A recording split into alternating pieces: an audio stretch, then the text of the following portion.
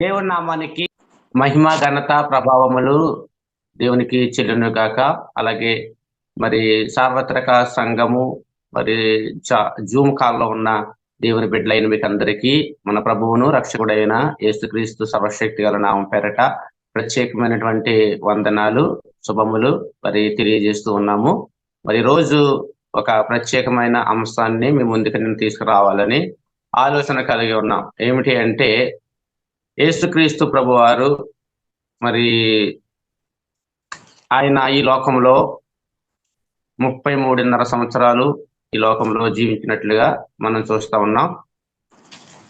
మరి నజరేతులో 30 సంవత్సరాలు జీవించి బోధకునిగా 3.5 సంవత్సరాలు ఆయన జీవించి కల్వరి శిలువపై 3 మాటలు పలికి, అలాగే శిలువపై కూడా 7 మాటలు పలికి ఈ లోకంలో ఒక గొప్ప స్వార్థను, ఈ లోకంలో ఒక గొప్ప వార్తను ప్రపంచానికి మరి రక్షకుడు అని తెలియజేసే గొప్ప సందేశము ప్రభు మనకు తెలియజేశారు.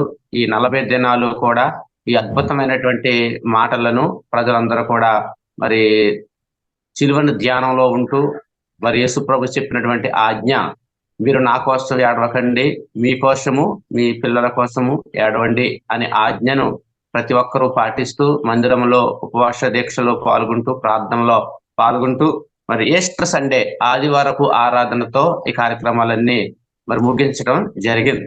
అయితే ఈ రోజున నేను చెప్పబోయే అంశం ఏమిటంటే, మరి నేను చెప్పవలసిన మాట, మీ అందరూ కూడా ఒక సబ్జెక్టు నేర్చుకుంటారని, ఒక సత్యాన్ని మీరు తెలుసుకుంటారని ఉద్దేశం కలిగి ఈ మాటలో నేను చెప్పవలసి వచ్చింది. అయితే నేను నా సబ్జెక్ట్ ఏంటంటే ఆదివారం సోమవారం కూడా మరి ఆదికాండము నుంచి ఉన్నటువంటి భక్తుల యొక్క జీవిత చరిత్రను వరుసగా పాఠాలుగా మరి నేను చెప్పడం జరుగుతూ ఉంది. అయితే ఈ రోజు ఒక ప్రత్యేకమైన అంశం నిమిత్తం మీ మధ్యకు వచ్చి ఉన్నా. ఏమిటి అంశం అంటే, యేసుక్రీస్తు ప్రభు వారు సమాధిలో 3 దినాలు ఉన్నాడని మరి మనం చెప్పుకుంటాం. బైబిల్లో కూడా మరి 3 దినాలు సమాధిలో ఉన్నాడు అని బైబిల్ తెలియజేస్తా ఉంది. 3 పగలు 3 రాత్రులు ఉన్నాడని మనకు తెలియజేస్తాం. అయితే క్రైస్తవ సమాజము మరి ఇది నమ్ముతా ఉంది, బైబిల్ కూడా ధృవీకరిస్తా ఉంది, సత్యం చెప్తా ఉంది. అయితే లోకంలో ఉన్నటువంటి కొంతమంది మరి దేవుని ఎరగనటువంటి బిడ్డలో వారు ఆలోచన చేసి, యేసు ప్రభు వారు శుక్రవారము సాయంకాలము 6 గంటలకు చనిపోతే ఆదివారము ఉదయాన్నే 6 గంటలకు లేస్తే మరి ఎలాగా 3 రోజులు అయ్యింది, ఎలాగా 3 పగలు 3 రాత్రులు అయ్యింది అని వికటంగా చరిత్ర తెలియకుండా వారు మాట్లాడే సందర్భాలు మనకు చాలా చోట్ల వినబడతా ఉంటాయి. అయితే ఈ రోజు ఒక అంశాన్ని మీ ముందుకు నేను తీసుకురావాలనుకుంటున్నా. ఏమిటి అంటే, యేసుక్రీస్తు ప్రభు వారు నిజముగా 3 రాత్రులు 3 పగలు సమాధిలో ఉన్నాడా? సమాధిలో ఉన్నటువంటి యేసు ప్రభు వారు ఆ ఆత్మ ఎక్కడికి వెళ్ళింది, ఏమి చేసింది అనే విషయాలను క్లుప్తంగా మీకు నేను తెలియజేయాలని ఆలోచన కలిగి ఉన్నా. ఏమిటి అంటే ఒకసారి చదువుదాం. మత్తయి సువార్త ముందు మత్తయి సువార్త 16 అధ్యాయము 21వ వచనం చదవండి అమ్మా. అప్పటి నుండి తాను యెరూషలేమునకు వెళ్లి పెద్దల చేతను ప్రధాన యాజకుల చేతను శాస్త్రుల చేతను అనేక హింసలు పొంది చంపబడి 3వ దినమున లేచుట అసత్యమని యేసు తన శిష్యులకు తెలియజేయ మొదలు పెట్టగా, చాలమ్మా ఇక్కడ 3వ దినమున లేచుట అనే మాట మనకు కనిపిస్తా ఉంది. 3వ దినమున అనే మాట మనకు కనిపిస్తా ఉంది. అలాగే మత్తయి సువార్త 12 అధ్యాయం 40వ వచనం చదవండి అమ్మా. 12 అధ్యాయము 40వ వచనం.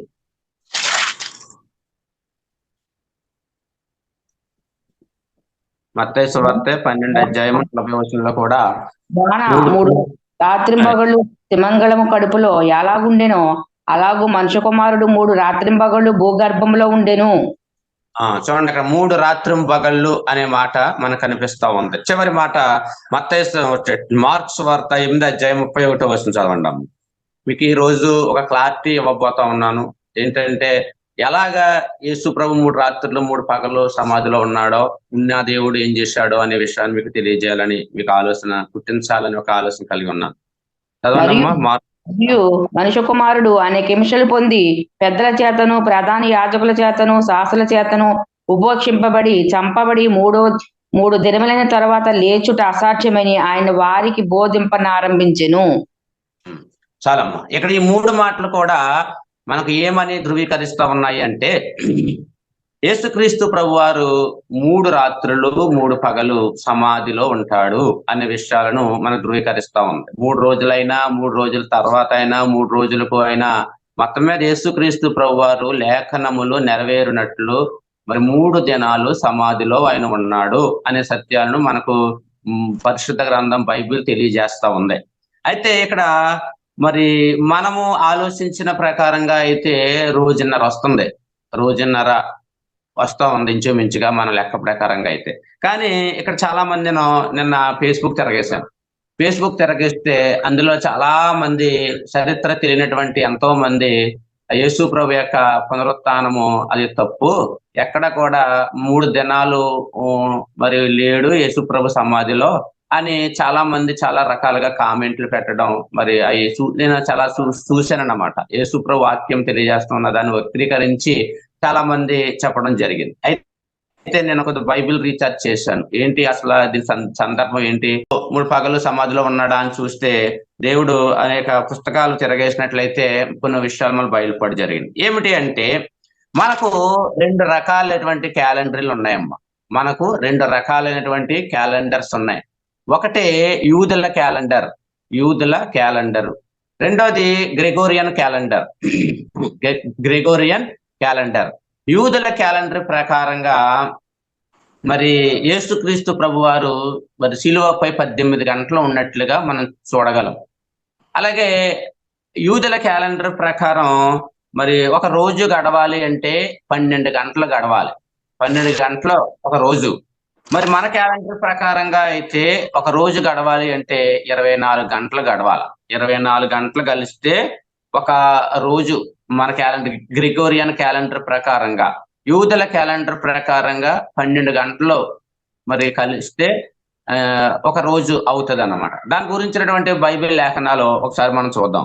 విశ్రాంతి దినము ఎప్పుడు ప్రారంభమవుతుంది అంటే లేవియాకాండము 23 అధ్యాయం 32 వచనం చదవండి అమ్మా.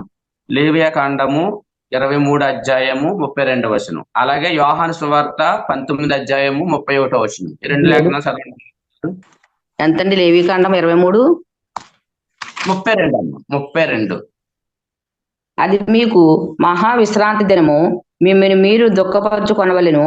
ఆ నెల 9వ నాటి సాయంకాలము మొదలుకొని మరుసటి సాయంకాలం వరకు మీరు విశ్రాంతి దినముగా అనుసరింపవలెను. అది ఇప్పుడమ్మా ఏ సాయంకాలం నుండి ఏ సాయంకాలం వరకు అమ్మా? మహా విశ్రాంతి దినం. అది ఏ సాయంకాలం నుండి?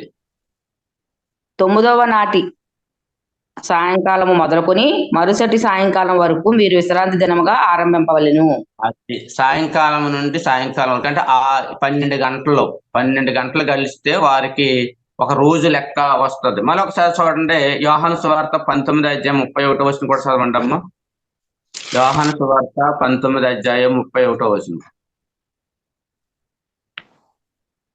ఆ దినము సిద్ధపరచు దినము, మరుసటి విశ్రాంతి దినము మహాదినము గనుక ఆ దేహమును విశ్రాంతి దినమున శిలువ మీద ఉండకుండానట్లు వారి కాళ్ళు విరగొట్టించి వారి తీసివేయుదమని యూదులు పిలాతును అడిగిరి. చాలమ్మా, ఇక్కడ కూడా మనకు ఒక క్లారిటీ వస్తా ఉంది. 12 గంటల్లో ఒక రోజు అనే విషయాన్ని మనకు తెలియజేస్తా ఉంది. అలాగే బైబిల్ గ్రంథంలో మరి 12 గంటలు ఒక రోజు అనే విషయాన్ని తెలియజేసేటువంటి లేఖన భాగాలు కూడా 2వ దినవృత్తాంతాలు 10 అధ్యాయము 4వ వచనము, 1వ సమూయేలు 30 అధ్యాయము 11, 13 వచనాల్లో కూడా కొన్ని లేఖన భాగాలు, ఇంకా చాలా లేఖన భాగాలు ఉన్నాయండి. అవన్నీ కూడా ఏం తెలియజేస్తా ఉందంటే విశ్రాంతి దినము గడవాలి అంటే మనకు 12 గంటలు గడిస్తే ఒక రోజు అని మనకు కొన్ని క్లారిటీ ఇచ్చేటువంటి కొన్ని వచనాలు కూడా మనకు కనిపిస్తా ఉంది. Correct, right. ఒకసారి మనం ఆలోచించేద్దాం. యేసుక్రీస్తు ప్రభువారు 3 రాత్రింపగళ్ళు ఎలాగా మరి ఆయన సమాధిలో ఉన్నాడో ఒక క్లారిటీ మనం తెలుసుకుందాం. ఇందా చదువుకున్నాం కదమ్మా, మత్తయి సువార్త 12 అధ్యాయము 38, 40 వచనాల్లో ఏ విషయాలు రాయబడి ఉన్నాయంటే యేసుక్రీస్తు 3 రాత్రింపగళ్ళు సమాధిలో ఎలా ఉన్నాడో ఒక సూచక క్రియ వాళ్ళు అడుగుతా ఉన్నారు. దాని గురించినటువంటి క్లారిటీ అక్కడ యేసుక్రీస్తు ప్రభువారే సమాధిలో కూడా మనుష్య కుమారుడు ఉంటాడు అనే సత్యాన్ని వాళ్ళు తెలియజేశారు. అయితే 3 రాత్రింపగళ్ళు ఎలా ఉన్నాడు అంటే మొదటి దినము ఒక పగలు ఒక రాత్రి. ఇది శుక్రవారం మధ్యాహ్నం 3 గంటల నుంచి 6 గంటల వరకు. మరలా 6 గంటల నుంచి మరి ఉదయము సారీ అటు ఉదయం 12 గంటల వరకు ఒక రోజుగా మనం చూస్తూ ఉంటాం. చూడండి, ఒకసారి చూడండి. ఒక పగలు ఒక రాత్రి, ఇది ఒక శుక్రవారం. చూడండి, శుక్రవారం మధ్యాహ్నం యేసు ప్రభు 3 గంటలకు చనిపోయాడు. శిలువ మీద 3 గంటలకు చనిపోయాడు. చనిపోగానే అక్కడ గొప్ప భూకంపం జరిగినట్లుగా మనం చూస్తూ ఉంటాం. దేవాలయపు తెర 2గా చినిగింది అనే విషయాన్ని మనం చూస్తూ ఉంటాం. సమాధిలో ఉన్న వాళ్ళందరూ కూడా లేచారు అనే విషయం మనం చూస్తాం. అక్కడ 7 విషయాలు జరిగినట్లుగా మనం చూస్తూ ఉంటాం. అయితే యేసు ప్రభు చనిపోయింది శుక్రవారం మధ్యాహ్నం 3 గంటల నుంచి 3 గంటలకు, అలాగే 3 గంటల నుంచి 6 గంటల వరకు 6 గంటల వరకు 6 గంటలు పడుతుందండి. మళ్ళీ 6 గంటల నుంచి 12 గంటల వరకు, అంటే ఒక రాత్రి ఒక పగలు అనే విషయం మనం జ్ఞాపకం చేసుకోవాలి. రెండవ దినము ఒక పగలు ఒక రాత్రి. ఇది ఎలాగంటే శనివారము మధ్యాహ్నము 12 గంటల నుంచి సాయంకాలం 6 గంటల వరకు, మళ్ళీ పగలు 6 గంటల నుంచి 12 గంటల వరకు ఒక రాత్రి అవుతా ఉంది. అలాగే మూడవ దినం కూడా ఒక పగలు ఒక రాత్రి. ఇది ఆదివారం రాత్రి 12 గంటల నుంచి మళ్ళా ఉదయము 6 గంటల వరకు సూర్యోదయం అవుతుండగా లేచాడు అని వచ్చింది బైబిల్ గ్రంథంలో.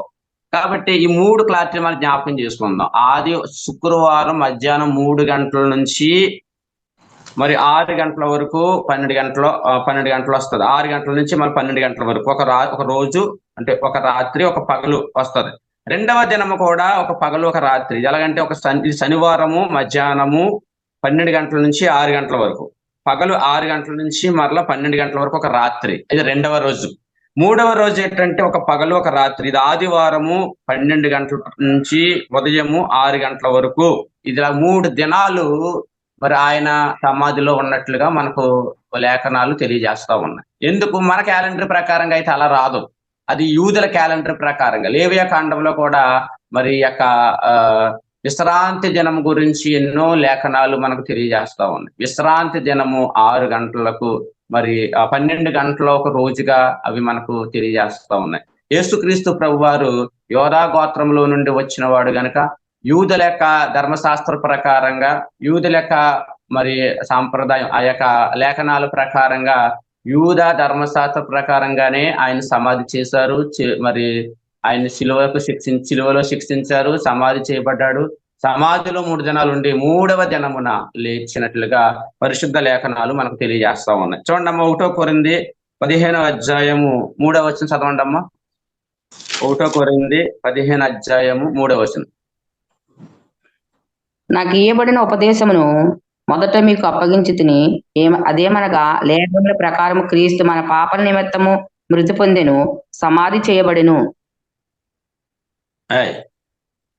సమాధిలో లేఖనముల ప్రకారము 3వ దినమున లేపబడెను. చాలమ్మా. ఇక్కడ 3 రోజులు సమాధిలో ఉన్నట్లుగా మనము లెక్క చూస్తా ఉన్నాము. ఇది సత్యము.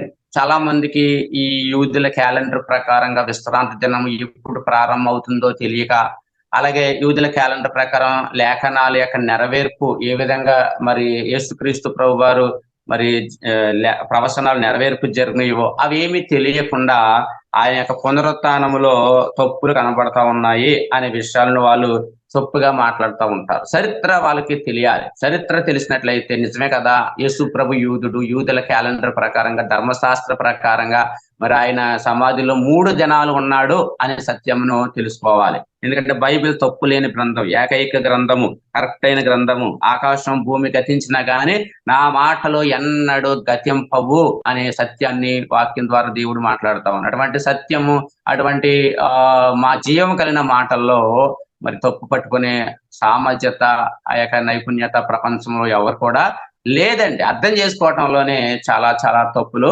కనబడతా ఉన్నాయి. మంచిది. ఈసారి యేసుక్రీస్తు ప్రభు వారు సమాధిలోకి వెళ్ళారు. ఆయన 3 దినాలు సమాధిలో ఉన్నాడనే సత్యం మనం తెలుసుకున్నాము. ఈ సమయంలో మరి 3 దినాలు ఆయన ఎక్కడికి వెళ్ళాడు, ఏం చేశాడో ఒకసారి మనం ఆలోచన చేద్దాం. చూడండమ్మా, ఎఫెసీ పత్రిక 4వ అధ్యాయము 8వ వచనంలో ఒక అద్భుతమైన మాట దేవుడు రాయించాడు. ఎఫెసీ 4:8. అందుచేత ఆయన ఆరోహణమైనప్పుడు చెరను చెదగా పట్టుకుని పోయి మనుషులకును యువులకును అనుగ్రహించనని చెప్పబడి ఉన్నది. చాలండి. యేసుక్రీస్తు ప్రభు వారు మరి ఆయన సమాధిలో ఆయన వెళ్ళాడు. సమాధిలోకి వెళ్ళిన తర్వాత ఆయన ఆత్మ ఎక్కడికి వెళ్ళిందంటే భూమి యొక్క అడుగు భాగంలోనికి వెళ్ళిందంట. భూమి యొక్క అడుగు భాగం. ఇది ఎక్కడ ఉంది మాట అంటే ఆది కాండము 48 అధ్యాయము 38వ వచనము, అలాగే 44 అధ్యాయము 29వ వచనంలో కూడా మనకు అమూల్యమైన మాటలు కనబడతాయి. ఇది కూడా తీయన్నాం. ఎఫెసీ 4:8 చివరి దాకా చదవండి అమ్మా. ఒకసారి చదివిన తర్వాత ఆది కాండం కూడా ఒకసారి చదవండి.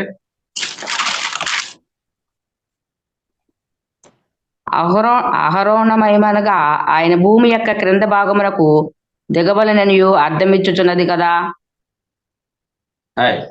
దిగినవాడు తానే సమస్తమును నింపుకున్నట్లు ఆకాశ మండలము వాళ్ళన్నిటికంటే మరి పైకి అహరోణమైన వాడనై ఉన్నాడు. చాలా మా దేవుని స్తోత్రం, హల్లెలూయా.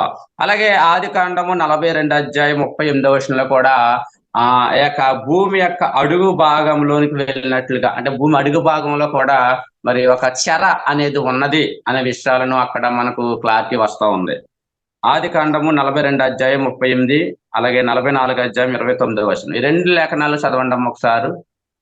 అయితే అతడు, నా కుమారుని మీతో వెళ్ళనీయుము, అతని అన్న చనిపోయెను, అతడు మాత్రమే మిగిలి ఉన్నాడు. మీరు పోవు మార్గం అతనికి హాని సంభవించిన ఎడల నెరవేర్చిన వెంట్రుకలు గల నన్ను మృతుల లోకములోనికి దుఃఖములో దిగిపోవునట్లు చేయుదునని చెప్పెను. ఇక్కడ ఏముందంటే మృతుల లోకము అంటే చనిపోయిన వారి యొక్క ఆత్మలు ఉండేటువంటి ఆ ప్రదేశాన్ని మృతుల లోకముగా చెప్తా ఉన్నారు. అలాగే 44 అధ్యాయం 29వ వచనంలో కూడా ఒక అద్భుతమైన మాట మనకు తెలియజేస్తా ఉంది. 44 అధ్యాయం 29వ వచనం. 29 అండి. అవునమ్మా. మీరు నా ఎదుట నుండి అతని తీసుకుని పోయిన తర్వాత అతనికి హాని సంభవించిన ఎడల నెరిసిరి వెంట్రుకల వలె నన్ను మృతుల లోకంలోనికి దుఃఖములోనికి దిగిపోవునట్లు చేయుదుమని మాతో చెప్పెను. చాలా. అయితే ఇక్కడ మనం తెలుసుకోవాల్సినటువంటి ప్రాముఖ్యమైన విషయం ఏమిటంటే యేసుక్రీస్తు ప్రభు వారు సమాధిలో 3 దినాలు ఎక్కడికి వెళ్ళింది అంటే ఆత్మ ఆ యొక్క చెర వర్ణం. ఎఫెసీ పత్రిక 4:8వ వచనం ప్రకారంగా ఆయన ఆత్మ చెరలోనికి వెళ్ళింది. చెర ఎక్కడ ఉందంటే భూమి యొక్క అడుగు భాగంలో ఉంది. అక్కడ 2 రకాలైనటువంటి చెరలు మనకు కనిపిస్తా ఉన్నాయి. ఒకటి పాపులు ఉండే చెర, రెండోది పరిశుద్ధులు ఉండే చెర. ఈ పరిశుద్ధులు ఎవరు అంటే ఆదాము మొదలుకొని శిలువపై దొంగ కింద వరకు, అంటే శిలువపై ఉన్న దొంగ వరకు, ఆ కింద ఎవరైతే చనిపోయారో అక్కడ వరకు ఉన్నటువంటి ఆ భక్తులు ఎవరెవరైతే చనిపోయారో వారి ఆత్మలన్నీ కూడా ఆత్మల లోకంలోనికి అక్కడికి వెళ్ళాయి. అక్కడ 2 చెరలు ఉన్నాయని చెప్పుకున్నాం. ఒకటి పరిశుద్ధులు ఉండే చెర, రెండోది పాపాత్ములు ఉండే చెర. ఈ పరిశుద్ధులు ఉండే స్థలంలో ఆదాము మొదలుకొని అక్కడ వరకు మరి చాలా మంది భక్తులు అక్కడ ఉన్నారు. వారి దగ్గరకు ఈ ఆత్మ వెళ్ళినట్లుగా పరిశుద్ధ గ్రంథం మనకు తెలియజేస్తా ఉంది. అక్కడికి వెళ్ళిన తర్వాత వాళ్ళందరికి కూడా చెప్పే అద్భుతమైన సందేశం ఏంటంటే, నేను సమస్త మానవుల కొరకు రక్తము కార్చాను, ప్రాణం పెట్టాను, సమాధిలో మరి శిలువ యజ్ఞం చేశాను, అందరికీ నా రక్తం ద్వారా కడగబడిన వారందరూ మోక్ష మార్గంలో అనగా పరలోకానికి వారసులు అవుతారు అనే సత్యాల్ని వాళ్ళకి తెలియజేసి, అలాగే మీకు కూడా మృతుల లోకంలో ఉన్న ప్రజలకు కూడా రక్షణ అవసరము. ఆ రక్షణ ఏమిటంటే యేసు ప్రభువుని విశ్వాసం ఉంచాలి. ఆత్మ ద్వారా విశ్వాసం అక్కడికి వెళ్ళి స్వార్థ బోధించినట్లుగా మనం ఇంకా చాలా లేఖనాలు ఉంటాయి. ఆ లేఖనాల ఆధారంగా యేసుక్రీస్తు ప్రభు వారి వరకు స్వార్థ చేసినట్లుగా ఆదాము దగ్గరికి వెళ్ళాడు, అబ్రహాం దగ్గరికి వెళ్ళాడు, అలాగే యెషయా దగ్గర దావీదు గారి దగ్గరికి వెళ్ళాడు. అలా ఇంకొన్న భక్తులు అందరి దగ్గరికి కూడా వెళ్ళి 3 దినాల వరకు స్వార్థం బోధించి వారందరినీ కూడా చెరగా పట్టుకెళ్ళి ఎక్కడంటే పరదైసులో పెట్టాడు అనమాట. పరదైసులోనికి తీసుకువెళ్ళి అక్కడ పెట్టాడండి. దేవుని స్తోత్రం, హల్లెలూయా. మీకు సాట్ నేను చూపించాలని ఆలోచన కలిగి ఉన్నాను. ఒకసారి అందరూ ఏమన్నా చూడండి, ఒకసారి సాట్ చూడండి. ఇక్కడ ఏముందంటే యేసుక్రీస్తు ప్రభు వారి భూమి మీద ఆయన జీవిస్తా ఉన్నాడు. చాలా జాగ్రత్తగా చూడండి ఒకసారి సాట్. ఇదిగో భూమి ఇక్కడ ఉంది. ఈ భూమి మీద యేసుక్రీస్తు ప్రభు వారు 33.5 సంవత్సరాలు ఈ లోకంలో జీవించాడు. ఆయన జీవించిన తర్వాత ఈ భూమి మీద శిలువ యజ్ఞం చేశాడు. తర్వాత సమాధి చేపట్టాడు. సమాధిలో 3 దినాలు ఉంటే ఇక్కడి నుంచి ఇదిగో భూమి యొక్క అడుగు భాగంలోనికి వెళ్ళినట్టుగా మనం చూస్తూ ఉంటాం. ఈ షాట్ మీరు చూస్తే మీకు అర్థమవుతుంది. ఇది మా బైబిల్ కాలేజీలో మరి నేను బీటీహెచ్ చేసేటప్పుడు దీని యొక్క క్లారిటీ మాకు ఇవ్వడం జరిగింది. ఈ క్లారిటీని బట్టి నేను మీకు తెలియజేస్తా ఉన్నాను. ఇక్కడ భూమి యొక్క అడుగు భాగంలోనికి వెళ్ళాడు. ఇక్కడ చెర 1, చెర 2 అని 2 చెరలు ఉంటాయి. ఇక్కడ ఈ చెర 1లో పరిశుద్ధులు ఉంటారు, ఇక్కడ చెర 2లో పాపాత్ములైనటువంటి ఉంటారు. ఇక్కడ సువార్త చేసిన తర్వాత మళ్ళీ యేసు ప్రభు యొక్క ఆత్మ ఎక్కడికి వెళ్ళిందంటే ఇక్కడి నుంచి ఇలాగా పరదేశకు వెళ్ళింది. ఇదిగో పరదేశ్ ఇక్కడ ఉంది. ఈ పరదేశ్ గురించినటువంటి మాటలు ఏంటంటే చూడండి ఒకసారి, యెషయా గ్రంథము 61:1 ఎఫెసీ 4:8 ఇక్కడ పరదేశం ఉంది. ఈ పరదేశంలో ఆత్మలను పెట్టినట్లుగా బైబిల్ గ్రంథం మనకు తెలియజేస్తా ఉంది. చాలా క్లారిటీగా ఈ విషయాలు మనం జ్ఞాపకం చేసుకుంటే అనేక విషయాలు మనకు బోధపడుతుంది అన్నమాట. చూడండి ఒకసారి యెషయా గ్రంథం 61:1 చదవండి అమ్మా.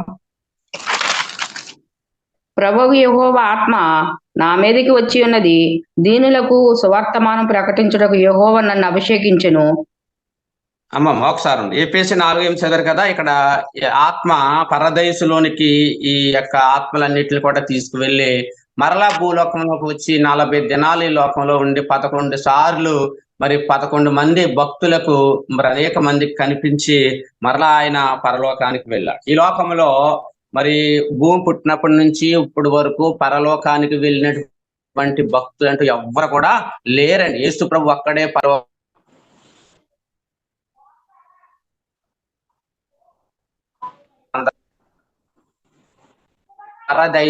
పరదైసులోనికి ప్రభు తీసుకువెళ్ళాడు. చూడండి చాలా జాగ్రత్త చూడండి, క్లారిటీ ఒకసారి ఇస్తున్నాను నేను.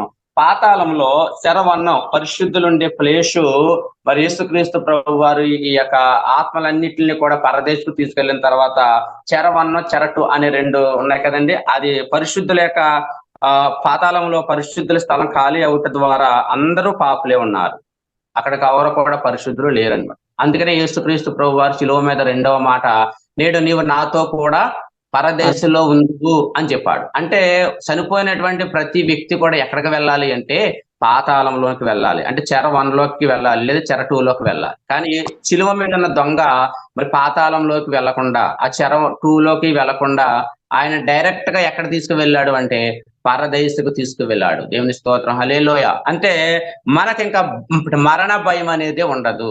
మరణ భయము ఉండకుండా దేవుడు శిలువ మీద మరి మరణ భయం తీసివేశాడు. చనిపోయిన వ్యక్తి మరి దేవుడి యందు భయభక్తులు కలిగి జీవించి విశ్వాసములో పరిపూర్ణతగా ఉన్న వ్యక్తి ఈ లోకంలో చనిపోతే డైరెక్ట్ గా ఆ వ్యక్తి ఎక్కడ కన్ను మూస్తే పరదేశంలో కన్ను తెరుస్తాడు అనే సత్యాన్ని బైబిల్ యొక్క పునరుత్థానం, యేసు ప్రభు యొక్క పునరుత్థానం మనకు తెలియజేస్తాం. ఒకప్పుడైతే చనిపోయిన వ్యక్తి ఎక్కడికి వెళ్ళేవారు అంటే పాతాళం దగ్గర ఉన్నటువంటి చెర 1లోకి వెళ్ళేవారు లేదా చెర 2లోకి వెళ్ళేవారు. ఇప్పుడు యేసు పునరుత్థానం మనకి ఏం చేసింది అంటే పైకి పరదైసుకు మరి దేవుడు తీసుకెళ్ళినట్లుగా మనం చూస్తూ ఉంటాం. ఒకసారి ఈ లేఖనాలు మనం చూస్తాం. ఒకసారి చూడండి, యేసుక్రీస్తు ప్రభు వారు చనిపోయిన ఆత్మ ఎక్కడికి వెళ్ళింది అంటే ఆయన పరదైసుకు వెళ్ళినట్లుగా, అంటే లోపల ఆత్మలోకంలోకి వెళ్ళినట్లుగా మనం చూస్తూ ఉంటాం.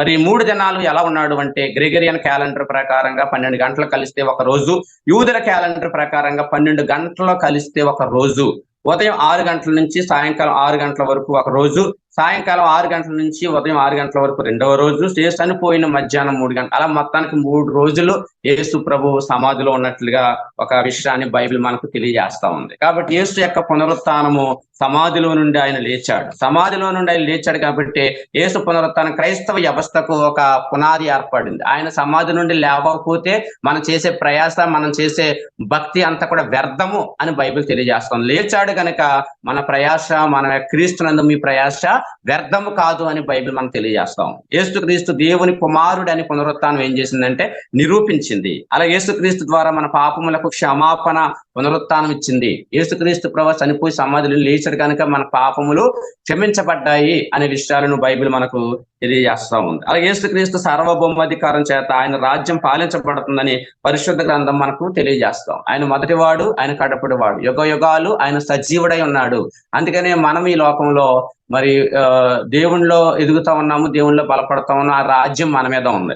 అలాగే పరలోక రాజ్యంలో కూడా మరి ఆయన రాజ్యం కొనసాగుతా ఉంది అనే సత్యము పునరుత్థానం మనకు తెలియజేస్తా ఉంది. ఎవరు ఉంటారు రాజ్యంలో అంటే నీతిమంతులు ఉంటారు, తగ్గింపు కలిగిన వారు ఉంటారు, నీటి మూలముగా ఆత్మ మూలముగా జీవించిన వారు ఆయన రాజ్యంలో ఉంటారు అనే సత్యం తెలియజేస్తాం. భౌతిక మరణము మానవునికి ముగింపు కాదని యేసుక్రీస్తు మరణము, యేసుక్రీస్తు పునరుత్థానం మనకు తెలియజేసింది. యేసుక్రీస్తు యొక్క సత్యం ఏంటంటే చనిపోయిన వ్యక్తి అక్కడితో ఆయన జీవితం ముగింపు కాదు, ఇంకా ఉంది అని పునరుత్థానం మనకి ఏం చేసిందమ్మా తెలియజేసింది. అందుకనే మరి యేసుక్రీస్తు ప్రభు వారి యొక్క నేను సత్యము మార్గము, నేను చనిపోయిన కానీ తిరిగి లేస్తారు అని సత్యము తెలియజేస్తా ఉంది. శత్రువులపై అంతిమ విజయాన్ని యేసుక్రీస్తు పునరుత్థానం నిరూపించింది. తర్వాత శనివారపు ఆరాధన ఆదివారపు ఆరాధనగా మారింది పునరుత్థానం ద్వారా. అందరూ నేను చెప్పాను కదా, యూదుల క్యాలెండర్ ప్రకారంగా మరి విశ్రాంతి దినము ఎప్పుడు అంటే శనివారము విశ్రాంతి దినం వస్తూ ఉంది. కానీ మరి బైబిల్ లేఖనాల ప్రకారంగా యేసు ప్రభు సమాధి నుండి తిరిగి లేచినప్పుడు ఆదివారపు తెల్లవారుజామున 6 గంటలు లేచాడు గనక ఆదివారము ఆరాధనగా మార్చబడ్డారు. దేవుని స్తోత్రం, హల్లెలూయా. అందుకనే ఆయన యొక్క మరి పునరుత్థానము మనకి ఎన్నో పాఠాలు మనకు నేర్పిస్తా ఉంది. ఈ విషయాలను నేను మీకు 3 మాటలో నేను తెలియజేశాను. ఈ 3 మాటలు మీ హృదయాల్లో మీరు పెట్టుకోవాలని మీకు నేను ప్రేమపూర్వకంగా ఈ మాటలు తెలియజేస్తా ఉన్నాను. ఒకటి ఏంటంటే, యేసుక్రీస్తు ప్రభు వారు 3 రోజులు 3 పగలు 3 రాత్రులు సమాధిలో ఉన్నాడు అనేది వాస్తవం. ఇది యూదుల క్యాలెండర్ ప్రకారంగా విశ్రాంతి దినము శనివారం నాడు కనుక వారి లెక్కల ప్రకారంగా ఇది వాస్తవం అయ్యింది. రెండవ విషయం ఏంటంటే, ఆయన సమాధిలో ఉన్న దేవుడు ఎక్కడికి వెళ్ళాడు అంటే, ఆయన ఆత్మల లోకంలోకి వెళ్ళి భక్తులందరినీ కూడా దేవుని వాక్యం చెప్పి ఆయన పరదైసుకు తీసుకువెళ్ళాడు అనేది సత్యము. మూడవది, ఆయన పునరుత్థానం యొక్క శక్తిలో ఉన్నటువంటి మర్మాలు ఏంటంటే, యేసుక్రీస్తు యొక్క పునాది స్ట్రాంగ్ అయిన పునాది ఏంటంటే ఆయన సమాధిలో లేవడం. అందువల్ల మన భక్తి వ్యర్థము కాదు అనే సత్యం బైబిల్ మనకు తెలియజేస్తుంది. కానీ ఆదివారపు ఆరాధన కూడా మరి ఈ పునరుత్థానం ద్వారానే మరి ఆదివారం ఆరాధనకు మార్చబడ్డారు. ఈ సత్యాలని మీ హృదయాల్లో భద్రపరుచుకుని దేవుని నామాన్ని మహిమపరుస్తారు, దేవుని నామాన్ని స్తుతిస్తారు అని తెలియజేస్తే నా మాటలు ముగిస్తున్నాను. దేవుడు మిమ్మల్ని దీవించి ఆస్వాదించిన గాక. ఆమేన్.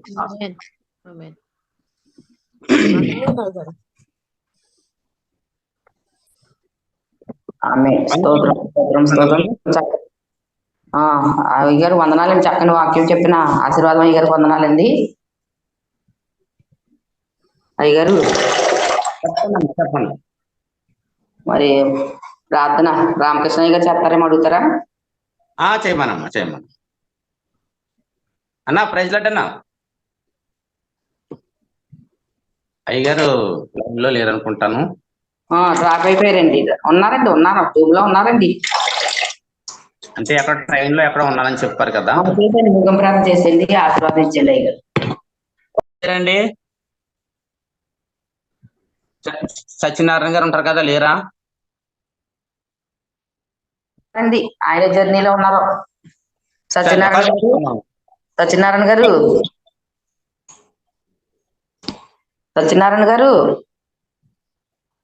సరే చేసండి అయ్యారు. ఆశీర్వాదం ప్రార్థన చేసుకుందాం. మహాపరిశుద్ధుడా, మహాగణుడు, మహోన్నతుడు అయిన మా ప్రియ పరలోకపు తండ్రి, నీ పరిశుద్ధమైన గొప్ప నామానికి కృతజ్ఞతలు, స్తుతులు, స్తోత్రాలు, వందనాలు. ఇంతవరకు నీ మాటల ద్వారా మమ్మల్ని బలపరిచిన దాన్ని బట్టి నీకు వందనాలు. క్రైస్తవ సమాజానికి, ప్రపంచానికి యేసు యొక్క పునరుత్థానం ఎలా జరిగింది, ఆయన సమాధిలో ఏ విధంగా 3 దినాలు ఉన్నాడు, ఏ విధంగా తిరిగి లేచాడు, ఏ విధంగా ఆత్మల లోకంలో ఉన్నటువంటి పాత నిబంధన భక్తుల్ని ఏ విధంగా రక్షించాడు అనే సత్యములను ఇంతవరకు కొన్ని మాటలు, కొన్ని హెచ్చరికలు మేము తెలుసుకోవడానికి నీ కృప దయచేస్తావు. ఈ మాటలు నీ బిడ్డలకు చాలా అవసరం ప్రభువా. ఎందుకంటే ఒక క్లారిటీ వారు తెలుసుకోవాలి.